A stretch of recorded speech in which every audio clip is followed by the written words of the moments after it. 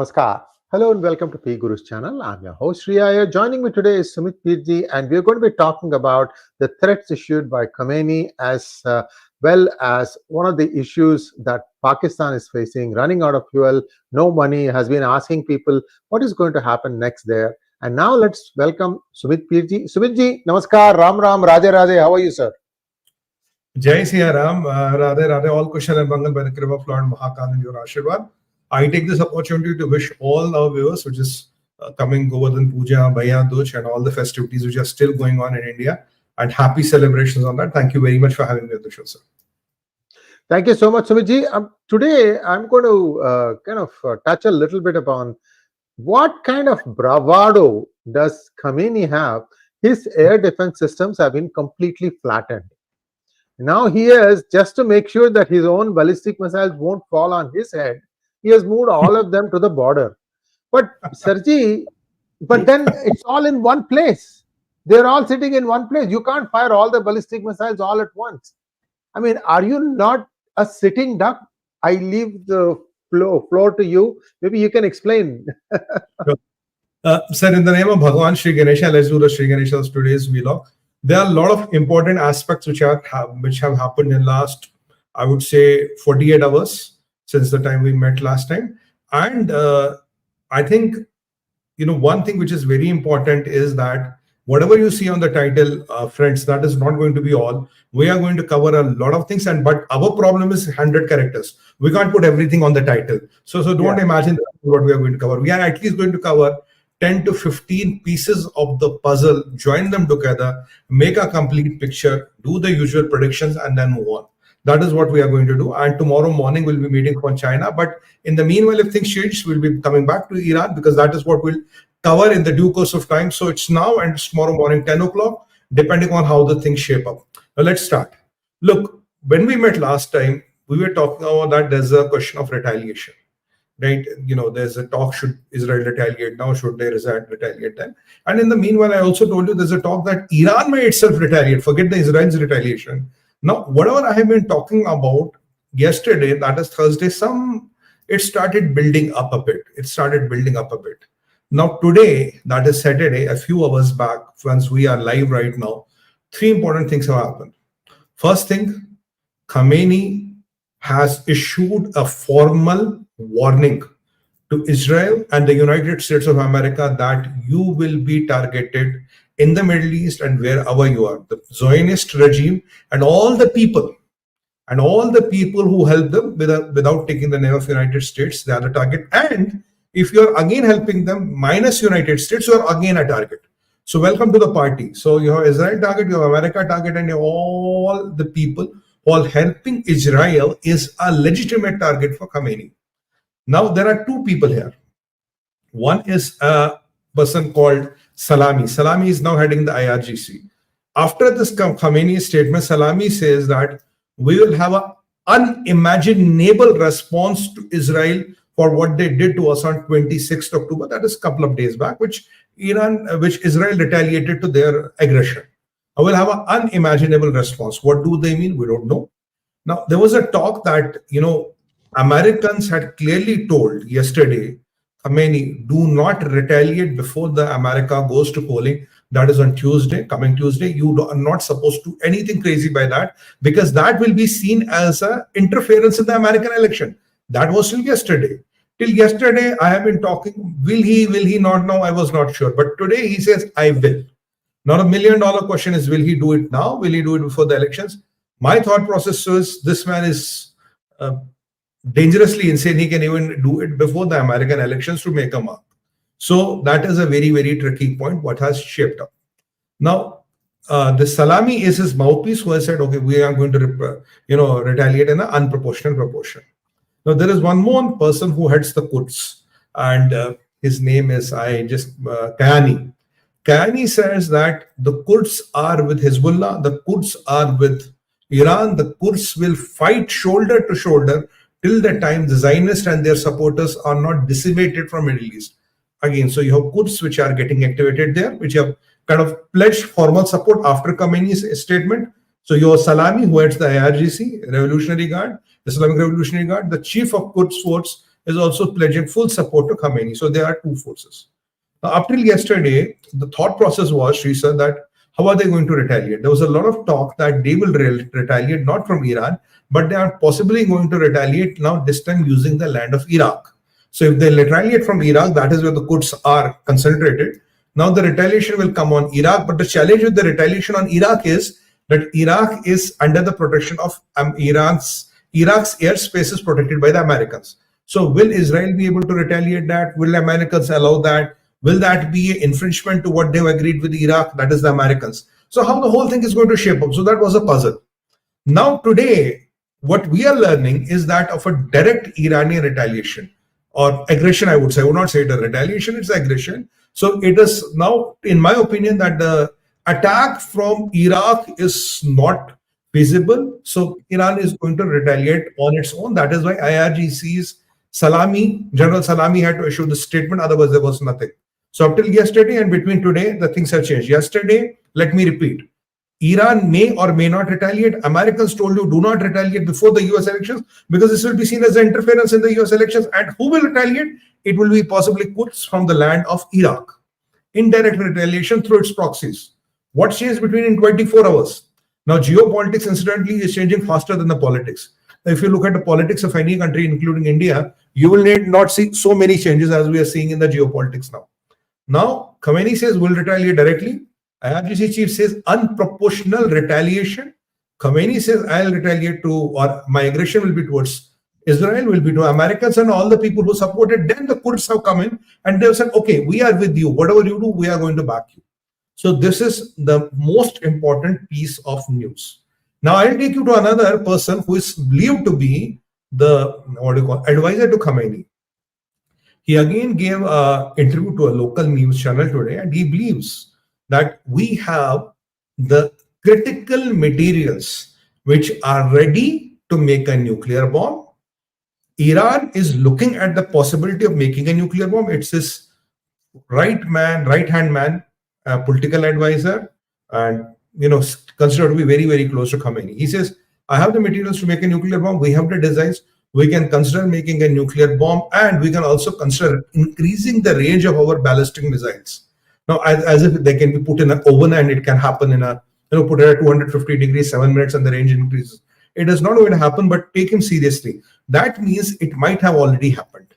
It might have already happened. He's kind of announcing it, or it can be mere posturing because they are shit scared and shitting in their pants, so they don't know what to do. They are now talking of the nuclear bluff. So this is the point which is very, very important here.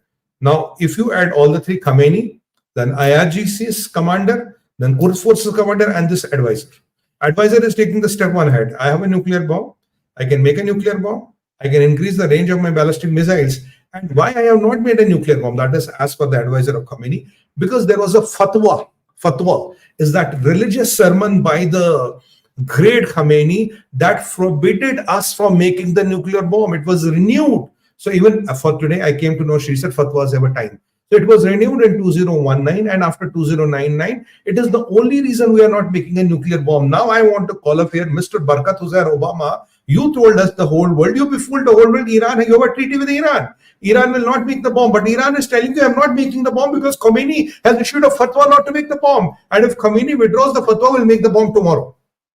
So what was this Iranian deal about? What was it about this giving $88 billion to Iran? Why did you befool the whole world? And why did you put the security of the Middle East in jeopardy? And why did you lie to the Americans from all your 32 teeth?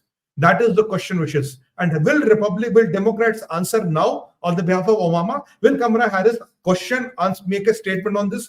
What does this business of fatwa mean? That there was a fatwa, we did not make a nuclear bomb, and if the fatwa is pulled back, we can make the nuclear bomb and also increase the range of our missiles. That means there is something, Sree sir, which is ready, because everybody knows you cannot bake a nuclear bomb. It's not a cake.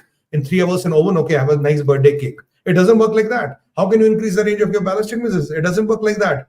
There is something which has happened, and now they are trying to threaten the world or tell the world, look, we are kind of there. If Khamenei calls somebody, says yes, and it's yes, it will happen. Now, if you add these 3-4 things, this has happened in last 48 hours, which had made the things difficult. Now you can come to me and say, Come on, man. Who trusts these mullahs? They can be bluffing. They might be lying. Even I thought the same. Mullahs can lie. They're good at bluff. They're the best bluff masters in the world. But when I look at what have the Americans done, today we have confirmed information 12 B-52 bombers have been moved to Middle East. Destroyers have been moved, ICBMs have been moved, and long-range attack missiles have been moved to Middle East. Now, why does a General Lloyd Austin, after having so much of build-up in the Middle East, again need to move B-52 bombers? What is the reason? I mean, if mullahs are just bragging and bluffing, why does the Defense Minister of America need to move such a big arsenal when you have already arsenal up to here again to Middle East? That means it's not all bluff. It's not all thin air. Whatever their assessment says, whatever CIA is reporting, whatever Mossad is reporting is considered as a serious thing. So B-52s are there, destroyers are moved in, arsenal and ICBMs are moved there. And between yesterday's, when we met on Wednesday and when we met on Friday, I told you there's a very, very strong chance that Kim Jong Un will trust the ICBM. And it happened yesterday. Kim Jong Un did test a big ICBM. And it is believed to be, according to him, bunker busting bomb. According to him, it is believed to be the world's, that is what North Korea claims, I cannot validate, it is longest range and most dangerous ICBM. I don't know, is it Chinese? I don't know what exactly are the capabilities, but that is what North Korea claims. So I've been telling you that it may happen in next 48 hours. It has already happened. So that is one part of the development which has happened here. Now, all these people suddenly, Quds, IRGC, all of them are up in praises for Naeem Qasim. Naeem Qasim has become the new hero or the new Nasrallah, though he's in the post of Hassan Nasrallah, which Israel says it's a temporary posting. We'll send him to meet Nasrallah very soon, and which I'm personally very confident will happen. But right now, Naeem Qasim is the hero, and everybody is hailing that hero. Oh, he's the person who's going to liberate everybody. Now, what is happening in? While this is happening, places are okay. What this is happening, I have to tell you one thing important. There was a drone or a missile hit in central Israel. Unfortunately, 19 Israeli civilians are injured today. And if you look at what I even highlighted you last time, the number of hits which are hitting Israel and bypassing the systems have increased. You have 5 people, you have 4 people. Now today it's 19 people. 19 people is a big number. But fortunately, as per the Israeli police and the IDF, some people have got moderate injuries and some people have got light injuries. There is no casualty. Now, let's go back to 26th of October. When the Israeli planes went in and did 3 times the strike on Iran and they could literally do nothing, whereas 300 batteries were taken out. What is believed to have happened in that strike is their capability of making those missiles. The fundamental furnace, furnace may not be the most appropriate English word, but for the ease of convenience and for the masses where the broadcast is going to go, I'm going to use this word furnace. So where this furnace of missile making was, that is believed to be destroyed. So today, what we can tell you, IRGC headquarters are impacted, IRGC infrastructure is infected injuries. We have the optical fibers destroyed, and we have the furnace or the baking oven of all where the missiles are made in Iran that has been destroyed. That has irked the mullah regime and they don't know what to do. And let me tell you again, maybe I told you this on, I think it was Wednesday or Thursday, they crucified 39 people. I think I talked about that. So this is where they are irked. They don't know what to do now. Now it is like they are going for the all chips in. What we say in gambling, you go all chips in. I'm not going to make it. I have these chips, all chips in. Let's see how it goes. Sree wants to make a point and I'm going to continue. Sir, you want to make Thank you. Quickly, viewers, on the Sengol update, we are going to be shipping them very shortly. They have to be hand painted and it's taking a little bit longer. Just bear with us. We have to put multiple coats to make sure that the real thing is captured. Just give us a few more days. We'll get it out. Also, next thing is that one important data point I'm hearing is they were thinking that if you rain Israel with a lot of ballistic missiles all at the same time, then the Iron Dome cannot handle it. The news I'm hearing from Israel is that they have a new technology, $2 lasers, which can deal with this thing without any trouble at all. So this time you may be in for a surprise, even on that one missile that might make it through the dome. That might not happen, is what I'm hearing. Viewers, This is something that I've got from like multiple sources. Also, I'm going to be giving viewers a monologue about what the people of Iran think about the mullah administration. By the way, these are the results of a survey taken not today, but 3 years ago. 3 years ago, okay? So it's not something that we are giving to, it's only come out now, and this is an official Iranian government data. And we are going to show you or share with you that one. Take a look at it. We'll be putting it out after this program, maybe a few hours from now. I have all the data. So I just wanted to tell you that all is not well inside Iran. Forget about outside. Over to you. Correct. Now, I will, what we're talking about, I'll basically add to what Sree sir said. The new technology which has come up is called iron, not drone, but an iron laser. It's basically a laser gun. It's a very pointed laser, a very high intensity laser. It can handle what I've been reading, a few hundred or a few thousand projectiles simultaneously. So you have an iron drone and you have this laser.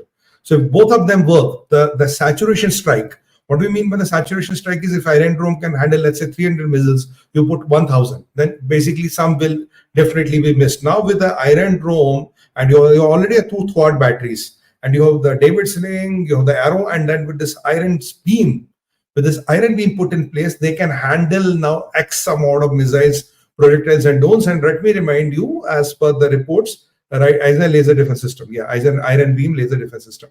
Let me remind you that it is believed that Iran does not have more than 400 ballistic missiles, which have already moved to the border. So there is a rapid pace developments happening here. Now, what has happened there? Now with B-52 bombers and destroyers are ongoing, Americans are taking the threat seriously because, I'll tell you why. Because it is believed that the American bases in Iraq and elsewhere in the Middle East might be targeted. Because why? Because Houthis have been quite active. Today there was this hit where 19 people got injured. And now the American bases might be targeted. America has clearly issued a statement. If our bases and our men are targeted, we are going to rain in the fire. America is very clear that this time. We are not going to spare anybody who targets American bases or American assets or American men. Then we are going to rain in fire. So these B-52 bombers and all coming in, we don't know. But if you ask me the question, is the mullah regime going to kind of do it? I think they can still do it. You know why? Because they are fidayeen, they are suicidal. This regime is suicidal. I mean, this believes in life after death. All the top leaders of this regime believe in life after death. And they are in a perpetual race to meet Nasrallah. So with that kind of a mentality, they can do something very, very crazy. Now with it, there are more dimensions to it. And I'm going to take this conversation to a different level today because I have to bring in all the dimensions now. Dangerous turn of events, friends, in Middle East and in the world. Now today, what I'm seeing, a lot of people are getting involved with conflicting interests. Now you have Iran here, you have Israel here, and you have America here. Now the Mullah Khamenei says anybody who is supporting Israel will become a target. So if you are a German, if you are a Polish, if you are a, say, Armenia, or if you are a India, you can be a legitimate target for Khomeiни's attacks. Okay. Now Naeem Qasim has become the poster boy. And when I look at Naeem Qasim, I got worried of one thing. And unfortunately, or fortunately, one of my more predictions has come true. By the grace of God, my accuracy is around 99%. And by the grip of Lord Mahakal has come 99% true. Sachin bhai, if you can go to my Twitter handle, and there's a video of Naeem Qasim. If you can pull that in a minute, I want to show you that. This is very, very important video from the Indian perspective, because this matters to me, my country, my people.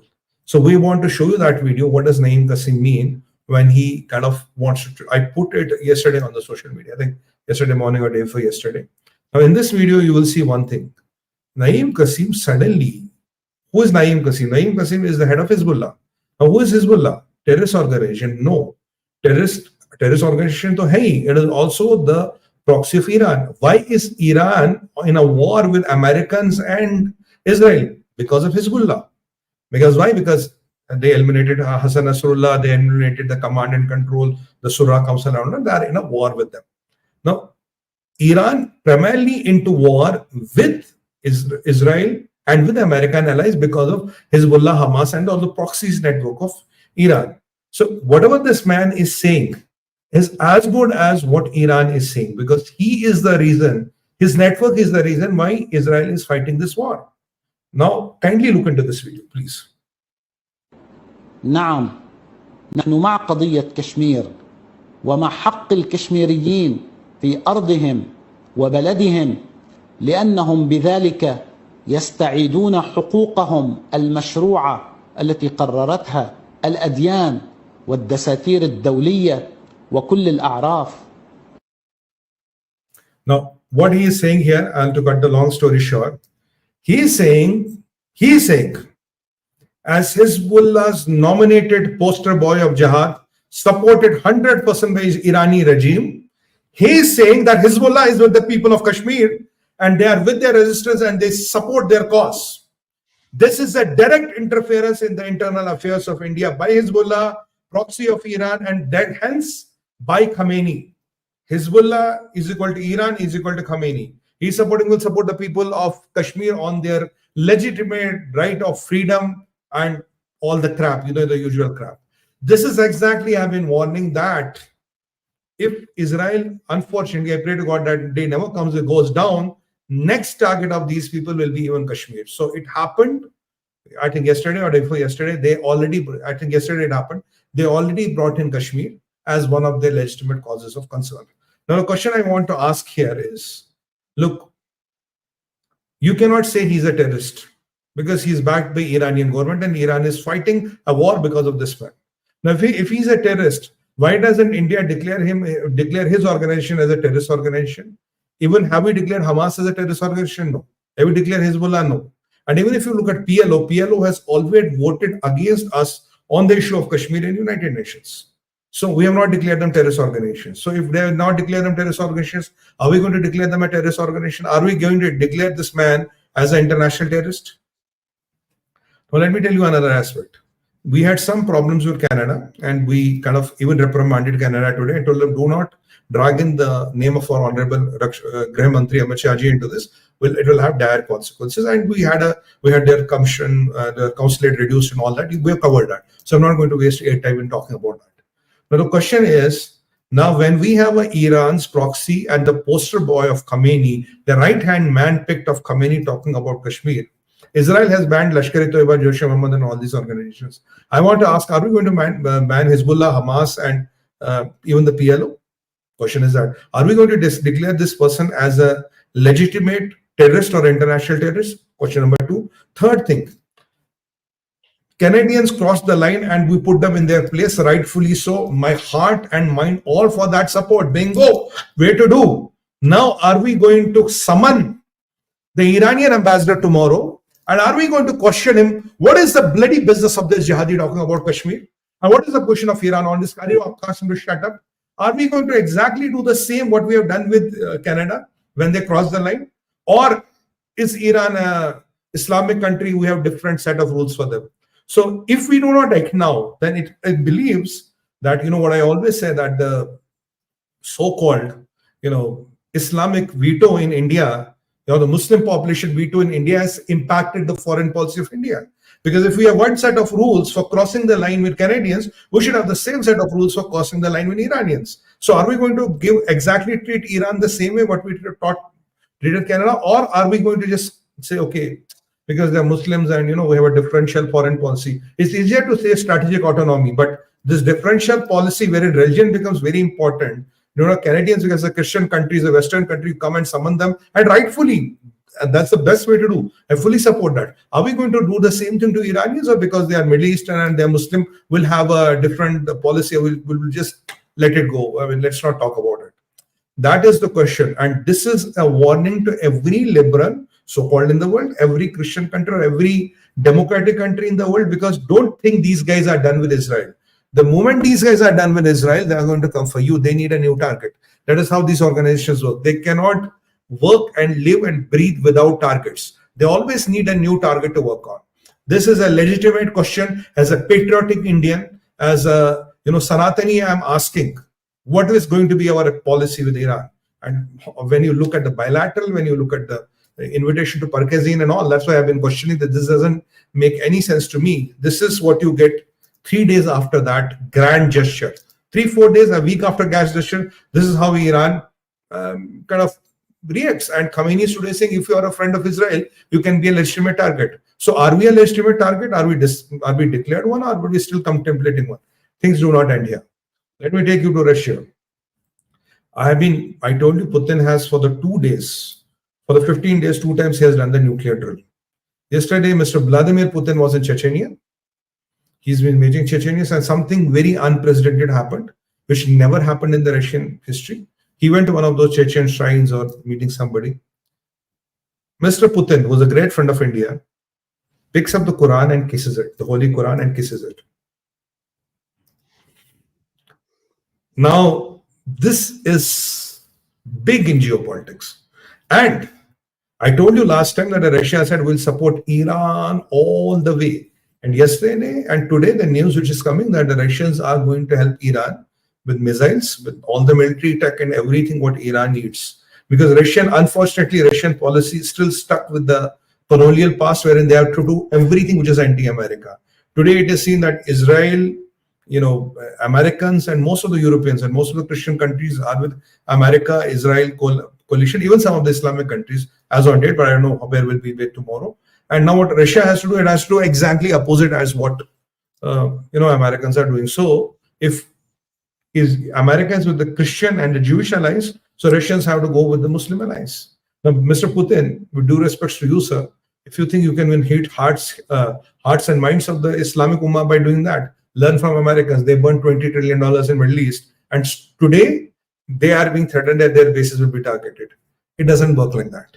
You cannot win hearts and minds. You have to understand that for good. Sorry for being me as direct as I can, because I'm your friend and I'm concerned, and that's why I'm putting my heart and mind out. Otherwise, I know how to be politically correct and not to mention a word. But you are a friend of India. That's why I'm telling you. If you think, sir, and if your advisors think you can buy the hearts and minds, you're wasting your time. It's not going to happen. And the people whom we are trying to be good with, they are the first people who will stab you in the back. History tells us that. So it's a very, very dangerous thing. So Putin is going that way. Now, Americans are literally revising their nuclear doctrine. Are they saying that they might have to fight a war with China? Now, Americans talking of a nuclear war with China, and the first adversary for America is not Russia. I have to talk to you. Is China. So what the hell is happening in the world? And here, the heat in the Taiwan Strait is increasing. The things are going a bit topsy-turvy, and Russia has already warned you, if the West and the America lets its allies use their ballistic missiles in my territory, I will respond with a nuclear weapon. Putin has made it very clear. So what I'm telling you, in every increasing day, there are more and more players jumping into the fray. And most of these players have a conflicting interest. And yet, what I'm going to tell you next, you're going to laugh your lungs out, is Anthony Blinken is still talking peace before the elections. Just a 1 minute, I'll hand over to. Before the elections. And there's also talk of some Egypt brokered ceasefire. What does that mean? 12 days of ceasefire for the exchange of some hostages. There are only 39 hostages left, which you don't still know which are left or not. But when it is happening, Lebanon is being pounded again. And today, last member of Hamas's Politburo was surviving. He's eliminated in Gaza. Now, the Lebanese Prime Minister says Israel is bluffing about the truce. There's going to be no truce. They're just using this as an excuse. So, but there's a lot of pressure which is coming on Benjamin Netanyahu from the families of the hostages. And there's also talk of this 12-day ceasefire, which they don't agree. And while the 12-day ceasefire is being talked about just before the election, and Egyptians are trying to broker something, the last standing member of Hamas's Politburo gets eliminated today. And Lebanese Prime Minister says it's all bullshit. Sorry, I should not have used that word. It is all crap. Nothing is going to happen. There is going to be no truce because the Lebanese pounding is happening. Anthony Blinken is still talking about, but B-52 destroyers and ICBMs have been moved in. And Khamenei is talking for retaliation on America before Tuesday. That is the way we are in. And Putin is saying, I will go and support Iran come what may. And Americans already issued, if South Korea is attacked after the North Korean missile launch, will even define South Korea with the nuclear weapons. NATO doesn't have an idea if Putin uses nuclear weapons, because NATO doesn't have nuclear weapons, what to do next. So friends, what I'm trying to make you point, more and more players are getting involved. It is getting conflicted and everybody has a different interest. And the unfortunate part is, if one person decides to jump the gun, it's all over. It will be something which nobody can stop after that. So you wanted to make a point. Yes. One thing, viewers, I'm looking at the like count for this particular video. We're doing okay, but we could be doing better. So if you could please click on the like button. We still have one more important news item that Sumitji will explain, but I have a scoop for you. I'm reading, and people can confirm if this is true or not, that Adani Electric Power has cut its output to Bangladesh by 50%, 50. So the country is going to have some serious problems, whether it is already done or it is about to be done. I just saw it on the live feed, so we'll give you more information on that, and that means that India is beginning to talk. Also, today stuff is coming into Bangladesh from India, not going out from Bangladesh into India, and they are giving you in Bangladesh's basic things, eggs. Power cut, half of electricity, over 846 million unpaid dues. Yes. So things are not looking good for Bangladeshis. Itna dvesh acha nahi hai, because I know you understand Hindi. Don't hate your Hindu brethren. You are all from the same original root. First, understand where you are, and you don't even make your own eggs, I am told. Sumitji, did you know that? Because they eat all their chicken. They never give the chicken a chance to breed. Oh my God. What the hell? No egg production. Any chicken you finish off. Any sheep, bakri cut, wo bhi gaya. Any buffalo also done. So how are you going to produce jute? You can't eat, boss. You can't eat jute. Okay. So you need rice from India, you need big eggs from India, you need cattle that too smuggled out of India, and you want to hate India? Hindus? Come on now, you are going to starve to death. I'm telling you, the way this is going, you are going to starve to death. Come to your senses. Just telling you, economically, India can, without even entering Bangladesh, bring Bangladesh completely to its knees. Just wanted to tell this. Yeah, over to you on the Pakistan topic. I hope you guys are liking this video. This deserves a much bigger audience. Over to you, sir. And I would request everybody kindly press the like button, and I have a lot of things to share because my mind is baffling what I've said and what I need to say. There are at least 20 items in my mind somewhere. Now, one important aspect which I have to bring to your notice is that in Bangladesh, they have already talked about that they will ban the ISKCON temple. There's a talk about that. They have already banned the Hindu festivities. Now in some colleges there, these mullahs are entering, and schools they're asking the women or the girls, unfortunately, to leave the schools and colleges because they believe they have no right to study. This is happening in Bangladesh. And I thank the I thank the President on making of United States of America, Donald J. Trump, for bringing up the issue of genocide of Bangladeshi Hindus. Trump has categorically stated and he's bothered about the plight of Bangladeshi Hindus. Benjamin Netanyahu has, brought this up. Thank you, both gentlemen, for bringing this up, because this is an international issue, because their basic rights are being diminished. They are being chucked out of their jobs. Everywhere there's a Hindu, the first thing which is being told, get him out of the job. So they're putting you in a situation, either to convert or to perish. That is what is happening there. Now, this $846 million is a good news. And I want to bring a few more things to your domain. One is that about this ISKCON ban and all, which is atrocious. Now, in Pakistan, few more things happened. First of all, Pakistan was told by IMF, look, you have to get X amount of dollars, or rupees converted into dollars as a revenue for the bailout. Now, whatever Pakistan projected as a revenue receipts after all the tax hikes, after all the price hikes and all, it is believed not even 33% of that is achieved. Now, the whole bailout package of IMF, which is balanced to be given, has come in a jeopardy. Because when you look at the projections, what I projected, only not even 33% of that is met. So if I give you $1.5 or $2 billion, I have to give you another 5. If you are not meeting your revenue numbers, how can I give you the balance money? Because that doesn't make sense. And I've been projecting that they can never meet the number. So that is happening. Now, one of the deals in the whole thing was that the assets of the Pakistan need to be sold. One of that is, this Pakistan International Airlines. Now, the government had put in a bid. There were a lot of people interested, as people from, and usual, the usual crap. We have people from Saudi, people from this, people from that, or they're all queuing up to buy PIA. And so there was a lot of interest which was shown. And the people who put in the, that earnest money, they started dwindling. And ultimately, you ended up with one bid. And the person who bid, I don't know, the credentials are not out. And the person who has bid, you know how much is the bid? $36 million.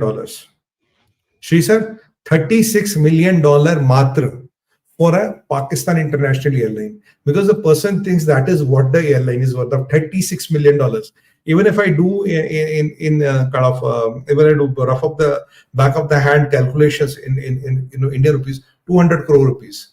Now, honestly, there might be some people who will be watching this broadcast who can go and buy that this price. So that is what the worth Pakistan International Airline, because nobody wants to take that airline because it is sunk in billions of dollars of debt or rupees of debt. So you have to put a lot of money, $36 million. So even the kabadi, what I don't know what you say in kabadi in English, I can't get a word. The people who run these pawn shops and all, even these people are not interested to buy this Pakistan International Airline. $36 million is the only one bid. So Shahbaz Sharif had got his blood pressure up and he was shaking and he doesn't know what to do, because they had promised IMF that there will be around $1 billion or more which they can get by liquidation of this airline. Now, if $36 million is what is coming in place of $1 billion, you can imagine the shortfall. 1,000 million make a billion. I'm talking of 36 million. Imagine the shortfall. How much? And 96%, 94%? Yeah, 96%, approximately 95 or something. So 95% shortfall in, by when we are kind of going to what you call a de-investment in the strategic assets of the government. Things do not end for the Pakistan's misery here. And I have a question which I'm going to answer. I don't have an answer to that. I'm going to come that in the last. Pakistan has this Pakistan International Oil Company, like we have Indian Oil and BPCL and all that. Now the reports are out. The cumulative losses are 800 billion Pakistani rupiah. 800 billion Pakistani rupiah. Even if I do a conversion into the USD, it's a significant amount. I don't know how much it will be in USD, but I think it should be a few hundred billion USD as well, or 50, 60, 70, 80 billion USD. A country with a GDP of 350 billion, imagine your biggest oil producer is sunk up to here and has a deficit of 800 billion rupees, maybe 70, 80, 90 billion USD. I have not done the calculation. If somebody can do it, we can put the number here. So this is that. Now what is going to happen is, at this level of debt, and who owes them? Pakistan Power, Pakistan Airlines. Most of the debt is owned by all the Pakistan. Kabadi is a junk scrap dealer. Most of the junk is owned by the government of Pakistan, the entities which are directly controlled by the government of Pakistan. Now it's a very classical situation. Why I'm loving it? I'm a government entity. I'm going down, and who owes me the money? I also owe you the money. And whom do I want? I want you to sell to get the money for my money. So it's a three-way love triangle. I call it a three-way love triangle. The imagine is there's an entity of government of Pakistan, which Pakistan wants to disinvestment and get the money for the government of Pakistan. Now the entity which is owned by the government of Pakistan, that is Pakistan Oil Company, has a debt of 800 billion Pakistani rupees. And when you go into the debt, all the debt is from the entities of the government of Pakistan. So it's like you slapping yourself like this, and like this. And what will happen if you keep on doing it perpetually? Nothing is going to happen.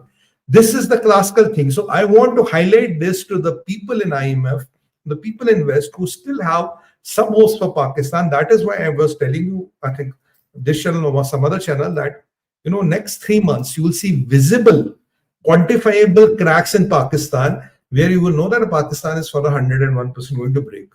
So imagine $36 million coming for what you promised billion. You are, after all the hike and squeezing the people, you're not even got the 33% of the revenue receipts. And here you have $100 billion hole. Why can anybody kind of do a mathematics? How much is 800 billion Pakistani rupiah? I think it's a lot of money. When your GDP is shrinking, you have got it around 320 or 350 billion dollars. Now imagine how much of money do you really need to keep Pakistan even in the liquid oxygen, where the liquid won't let it live and the oxygen won't let it die. So even for that kind of a state, now you need tons of money. I don't think anybody, IMF, Saudis, India, nobody has that kind of a money to keep Pakistan afloat. This is a classical example of how you ruin countries when these mullah regimes are in power. Now, where are the alims and Maulvis and Maulanas of Pakistan? And for the sake of God, I have been telling you one thing. You Pakistanis don't listen to me. I told you, bhai, when you want to do Ghazwa Hind, you can come on a donkey's back. That is exactly, because when this oil company is born, You won't have even money, even if you have all the dollars in the world, you won't have, even if you give $100 to bet a gallon of gas or the petrol, you won't have that money because the oil companies will be gone. And let me remind my friends here, exactly in the Congress era, UPA had issued those thousands of crores of oil bonds. If Modi ji would have not paid oil companies every month diligently, we would be again in the same situation. But Modi ji paid every company, every oil company diligently, and they are afloat. So don't bother about 10 rupees price hike or 2 rupees price go down. Still you get oil and you get at a very competitive price. Our Indian oil price is still one of the lowest in the world. Imagine the situation in Pakistan. You are a very rich elite in Pakistan. You have all the money in the world. You want to flash a dollar note, but where will you get the oil? Where the companies will distribute? So very soon Pakistan is going to run out of the oil. What does running out of the oil mean? It is direct body blow, not a body blow, head-on collision to the economy, because when you have no oil, your factories, your industries, your power production, everything, whatever Pakistan today, whatever residual Pakistan is running, it will stop working. Yes, one thing is definitely going to increase, that is the birth rate, because when people have nothing to do, that's the only sport they have in Pakistan. 3.6% birth rate and going strong. So very soon, dolphins ko mil jayenge unko. Arey bhai, dolphins are not safe in Pakistan. The pink dolphins have been raped in Pakistan and the world. Donkeys sold. Donkeys are all sold. No donkeys left. So all the dolphins have been raped. All the donkeys have been sold to Pakistan. So possibly they are going to, I don't know what are they going to do. Even the dogs they have sold to China. I don't know how are they going to come for 𝗣𝗚𝘅, but anyway. Now the challenge here is this will be a body blow to Pakistan, and this can be the event. This can be the situation which can lead in next 2-3 months where can we see visible cracks in the Pakistan breaking up. And by the way, TTP has again eliminated other 5-6 people in the army, and every day new organization comes up and eliminates more people. And by the way, there's one more good news I have to share with you, which you'll be very happy to know. Pakistanis have hired an American law firm. Now you'll say, why the hell do Pakistanis need an American law firm? Because if they do not fulfill the commitment of Iranian gas pipeline or the oil and gas pipeline, which has to pass through Pakistan, it is believed that they have to pay around $17 billion in penalties and losses. Now imagine the kind of plight of Pakistan when they do not have a nickel to pay and they have to pay $17 billion. So these jihadis had to go and hire American lawyers now, so that these American lawyers can help them reduce the impact or defer the payment. But the word of caution here is, if a country owes me $17 billion, I can use them to do any dirty work. So here we have to be very careful about China, Pakistan, Iran. Sorry, some people in Delhi are not going to like it. China, Pakistan and Iran coming together, and with some tacit support of North Korea. And then you have Putin, who is now literally talking about being the new messiah of the Islamic world. In my opinion, when I look at it, because I do it like in and out 24/7, I am seeing a lot of people entering the fray with all conflicting interests. It's easy to manage a 2 or 3 people triangle, but when you have 25 people and everybody wants to do something, remember the thing. Look at the previous world wars. There's somebody who is crazy enough to jump the gun. If somebody jumps the gun, then people will just retaliate and respond and all. That's how it's going to do. So tomorrow morning, when we're going to meet you at 10 o'clock India time, so will it be China or will it be Iran or something else? I don't know. Approximately $3.5 billion, $300 million rupees. Okay, $3.5 billion. So, I don't know where Pakistan is going to find that kind of money. Again, 18 or 17 billion for Iranians. So today, Pakistan can do anything what Iran wants us to do. And let me take you to the advisor of Khamenei, who said we have the requisites ready to make a bomb. Let me take you, 𝗤𝙭 went to Pakistan, his foreign minister went to Pakistan. And let me also remind you, there was an MP from Iran who said, member parliament of Iran, we've got the blueprints from Pakistan. And let me remind Israelis what I've been trying to remind you again. 2 things. 𝗏𝗏 𝗏𝗏 is still in Egypt. You have to find him and take care of him. Secondly, I've been telling you, as long as Pakistan is live and surviving, your national security is always a challenge, because with this kind of mounting debts and failing economy and anarchy everywhere, it is not difficult for Iran with $88 billion of foreign exchange reserve to buy some favors from Pakistan.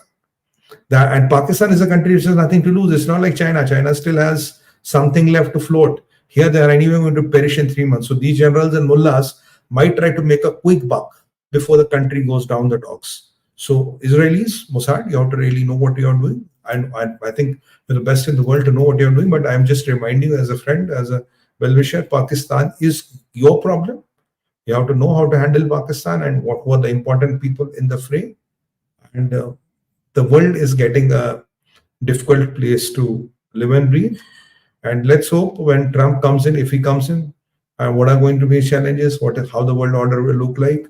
And before the 5th of November voting, what are we going to see? What are we going to cover? We don't know. And even if you look at the media today, most of the media is covering Iran, Israel, and all these things happening, not the American elections, because this is where the geopolitics is changing much faster than any domestic politics in the country, in any country for that matter. We'll keep our fingers crossed and hope that some level of sanity prevails. Else, Jai Mahakal. Sir, you're on mute, sir. You're on mute. Thank you so much, Sumitji. We'll take a few questions now. Sure. Murli Krishna Godepalli ji, बहुत धन्यवाद. Thank you so much for becoming a YouTube member. Ranjit Lala, thank you for your super sticker. Dr. Chetan, thank you for your donation. Uber signed MOU with IIF and Navy to offer mobility solutions for official travel. So now Uber will know where the officers and their relatives are traveling. What do you think? MOD is sleeping? In my opinion, as a patriotic Indian, it should have not happened. It is not good. You still had the option of Ola and they have all the money in the world, because Uber's data is not on Indian servers. And I think there was no need to do this. We could pay a little bit more or less. And we have Beam, we have so many apps where people could be given money and they could pay for their thing. I think it's not a good step, personally speaking. Next one, please. Faith-based. Sreeji, please update us about our election early projections. Faith-based ji, two observations. Look at what is happening to early voters in swing states like Pennsylvania. All those areas which are perceived to be Republican voter, they are being delayed. The lines are long. People are waiting for 6 hours just to vote. That tells you that there is every effort being made to try and let these elections go in a one direction. Did you all know that it was not one laptop, but there were 3 laptops of Hunter Biden? 3 that were confiscated and the data was taken out? Did you know that Hunter Biden's firm allegedly got $100 million kickback from China, and that was going to be split 10 million to many people, including Obama, Mr. Barack Obama, his father, big guy he used to call him, and a bunch of other people. A lot of stuff is there in those laptops that's not coming out. And I'll give you the link for this. I gave this link yesterday in one of the other monologues. The more I dig, the more I'm horrified. Now I'm beginning to understand why Democrats do not want anybody else to come to power, because the amount of crime that has been committed under the Biden administration is mind-boggling. Another thing I'm also finding, this is allegations, okay? This is not proof. Another allegation, why did they raid Trump's house, Mar-a-Lago, and said that we have to confiscate some papers that you have from White House?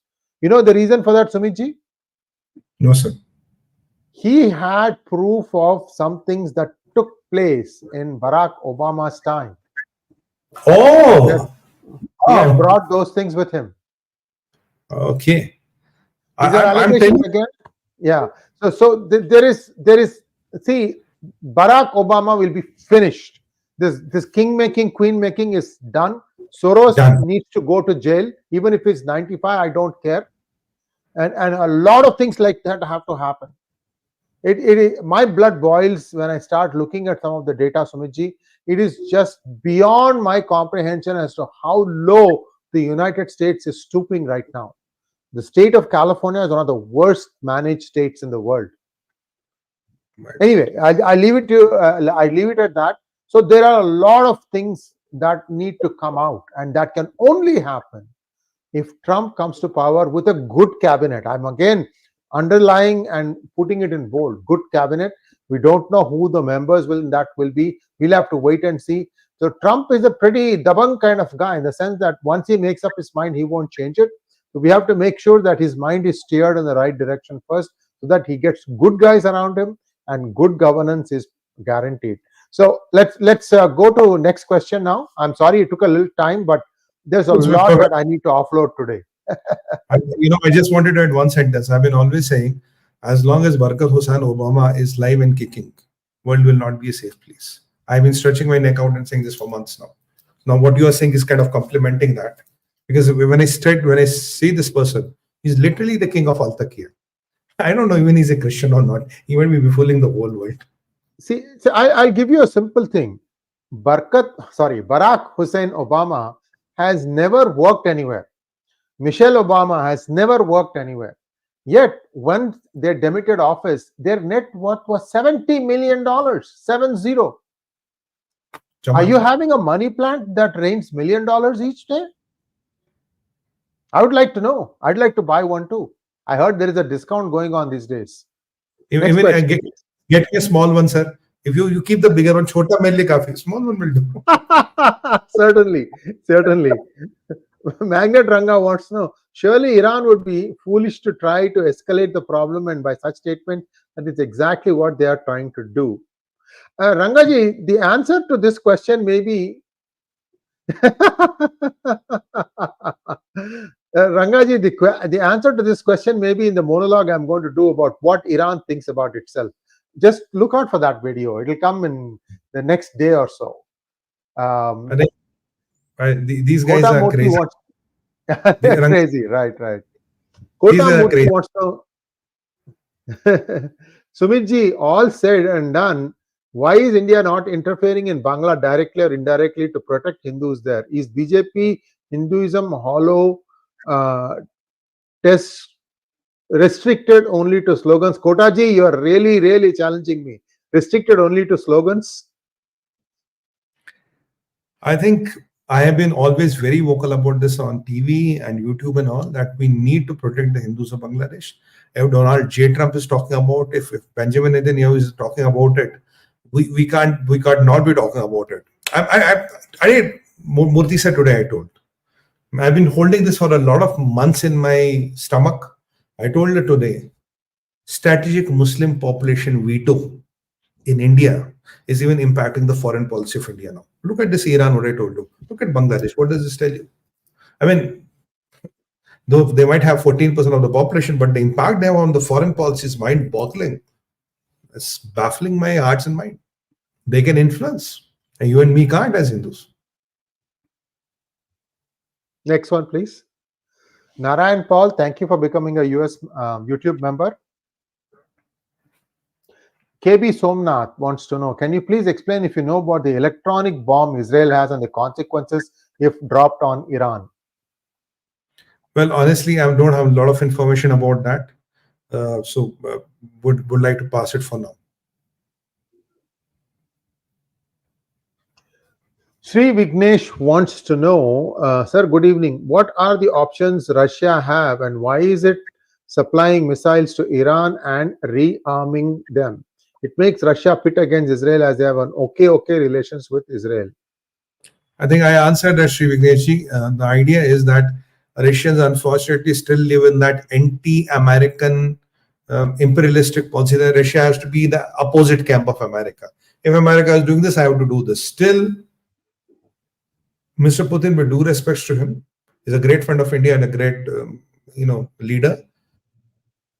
Only one piece of advice, if it counts somewhere. You cannot change hearts and minds of the Islamic world. With money, with anything you do, the first chance they get, they're going to come after you. Come what may, it doesn't matter. Look at Americans. How much of money have you put in the Middle East through Aramco, through a lot of these things and all? $20 trillion. It's still Anthony Blinken, when he lands up in Iraq, has to wear a bulletproof jacket. Being the foreign minister of the United States of America. Doesn't that sum the story? If still somebody wants to try adventures, be my guest. Do it. Sujit Sahadi, the answer is Ghosts of Beirut. We'll try and bring up the picture and show it to you while the next question is being addressed. Sachinji, if you could pull up the web series Ghosts of Beirut. David Birch wants to know. David, I think, is calling from Tel Aviv. Okay, greetings from Tel Aviv. Khamenei is playing a dangerous game of chess with his empty words. I pray for our dear Persian friends and may they be liberated. We agree with you, David. Let's see what happens. Yeah. That's why we called it the mullah regime. We never talk about the people of Iran. We call about this regime. There's a crazy, insane mullah regime wherein this mullah thinks he's some kind of a messiah and he's there to liberate some kind of Islam. That's what he feels. When I talk to a lot of people I know, I say that he feels like that. Unfortunate but true. Rithik Great wants to know, Sumitji, do America sacrifice Ukraine for Israel? Look, Ukraine has $26 trillion of minerals. That is what people say. That's what some estimates say. Israel is a janitor, is a dam. If Israel breaks, the shit will really start flowing. So you have to balance the both. But honestly, Americans or the West or the NATO or anybody should not give Ukraine permission to use the ballistic missiles or the missiles on the Russian mainland, because that will be crossing a major red line, and that can lead to dangerous consequences. That we want them not to do.